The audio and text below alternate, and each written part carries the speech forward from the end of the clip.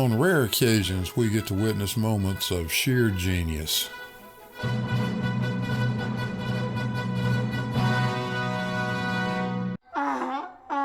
This is not one of those moments. Warning, severe facial and monitor damage alert is in effect. Get out those oven mitts. Push the monitors back out of punching range. And let's light this dumpster fire and have some fun. The mile squared elevation correction. Okay, right, I can remember this now, right? So you need to apply he says you need to apply the 8 inches, right? We might have to go over this bit, right? I'll rewind it again in a minute and we'll go over it and we'll break it down, right? Listen, he changes it. It's expressed a bit differently for surveying because you understand 8 inches times the mile square. We're mixing units there. We've got to have everything in the same units. So the correction becomes 0.024 times feet expressed in thousands. So a mile would be 5.28. And that's squared. Okay, so that would be the curvature for... Okay. Did you hear that? Did everybody hear that? I'm so glad that these guys keep going over this, bringing this back up. Gives us a chance to go over it, right? So go back again. 223. Okay, let's see what this of what a requirement might be, and then how you'd and what distance might be the right. So. Well, actually, plane surveyors do account for curvature anyway in their elevations. So you always need to apply curvature corrections to your elevations. When you're using your theodolite or your total station and you're measuring those distances, you need to apply the 8 inches times a mile squared elevation correction. It's expressed a bit differently for surveying. Right, okay. Now, I don't think Jeff here and Jesse and the people that have pushed this actually realise how the damage they've actually done. He said, although he's not a surveyor, right? And once again, Bev accuses a registered professional land surveyor of not being a surveyor. Nice job, Bev. But he said that you always need to apply corrections. And that correction applies within a linear distance, which is literally impossible. Yes, he But said that in a plane surveyor, yeah, account for curvature. Yes. So it means that this is no longer plane surveying. Yeah. And by the way, he's making mistake because 8 inches per mile squared, if you are calculating this drop, you are calculating from ground level or sea level or whatever.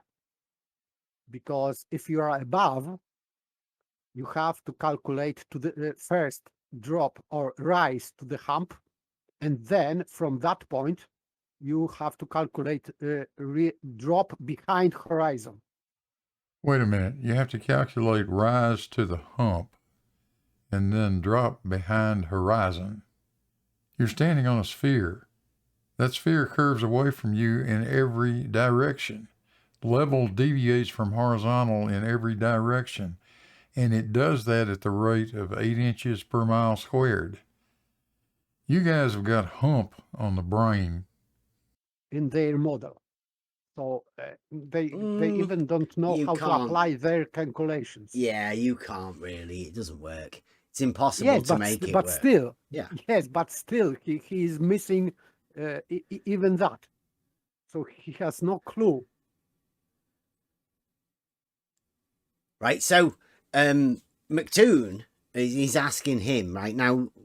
Jeff has said that plane surveyors apply the 8 inches, right? But now listen to what he says, right? Has anybody got a problem with 8 inches to the mile squared, right?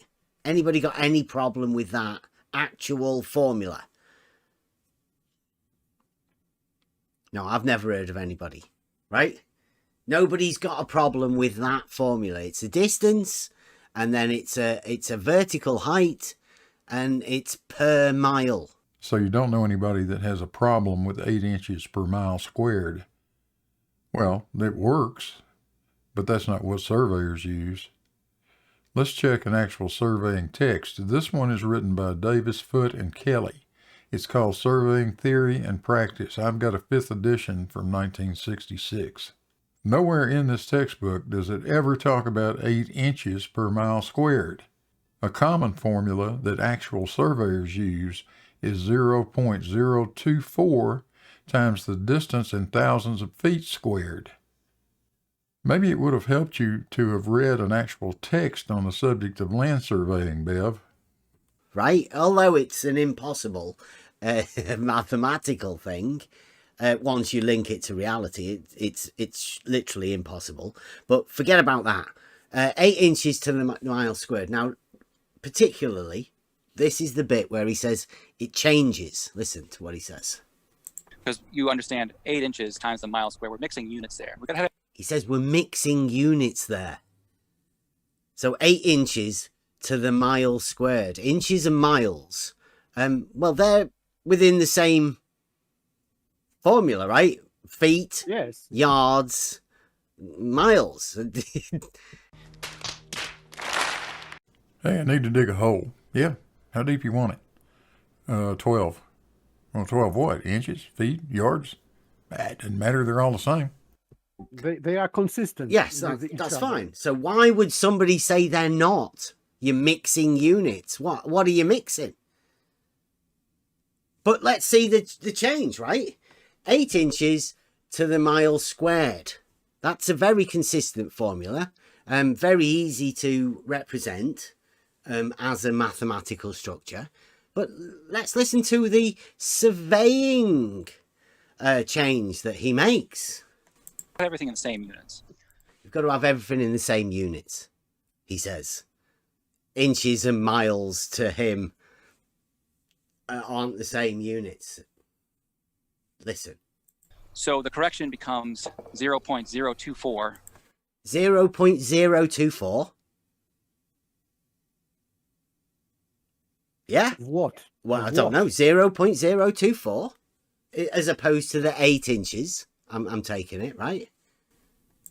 Times feet expressed in thousands. Feet expressed in thousands. Thousands of feet. So we've got a number from nowhere, 0.024, and we're timesing that by feet expressed in thousands.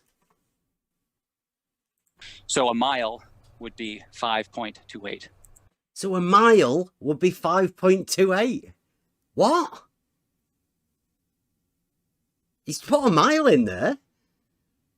And he's put feet in there. Is that not mixing units? What was up with inches? I mean, what's he... Yeah, listen. I have no clue what Yeah. he's doing. It's this globe surveying.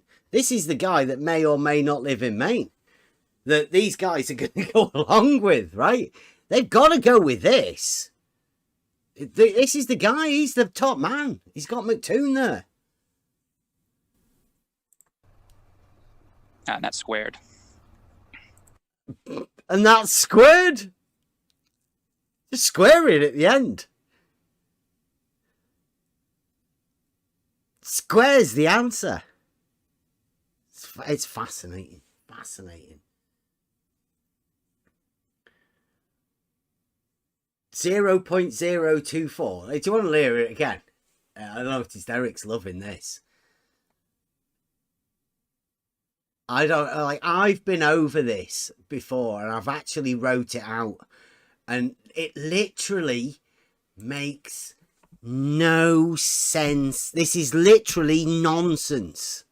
Somebody with some mathematical genius that he thinks he is, that he thinks he can just blurt out strange fucking numbers and stuff, and everybody else will have not got a clue what he's talking about. But he's the authority figure. He's the man that said plane surveyors actually figure in a curvature, and 8 inches per mile squared isn't good enough for him. because he's a globe surveyor and he's going to do this. Listen. When you're using your theodolite or your total station and you're measuring those distances, you need to apply the 8 inches times a mile squared elevation correction. It's expressed a bit differently for surveying because you understand 8 inches times the mile square. We're mixing units there. We've got to have everything in the same units. So the correction becomes 0.024 times feet expressed in thousands. So a mile would be 5.28. And that's squared.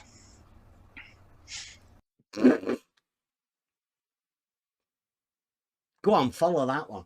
How the fuck do you do that? You're a plane surveyor, right? You're just out there measuring. You're measuring your elevation changes. Reference to a horizontal plane. I still don't know what he's correcting and in a reference to what. I Yeah. have no idea. And you end up with a squared number.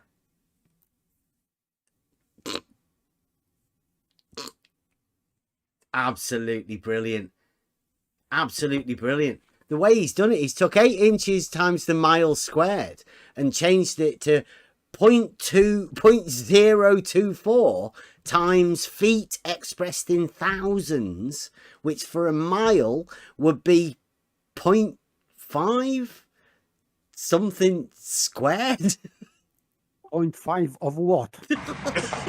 I really cannot process that. Sorry.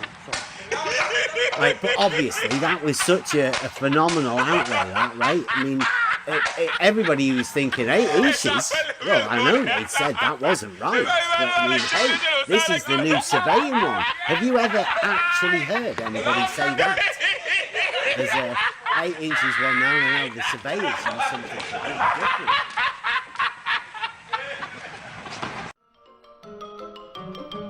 different. That's all, folks.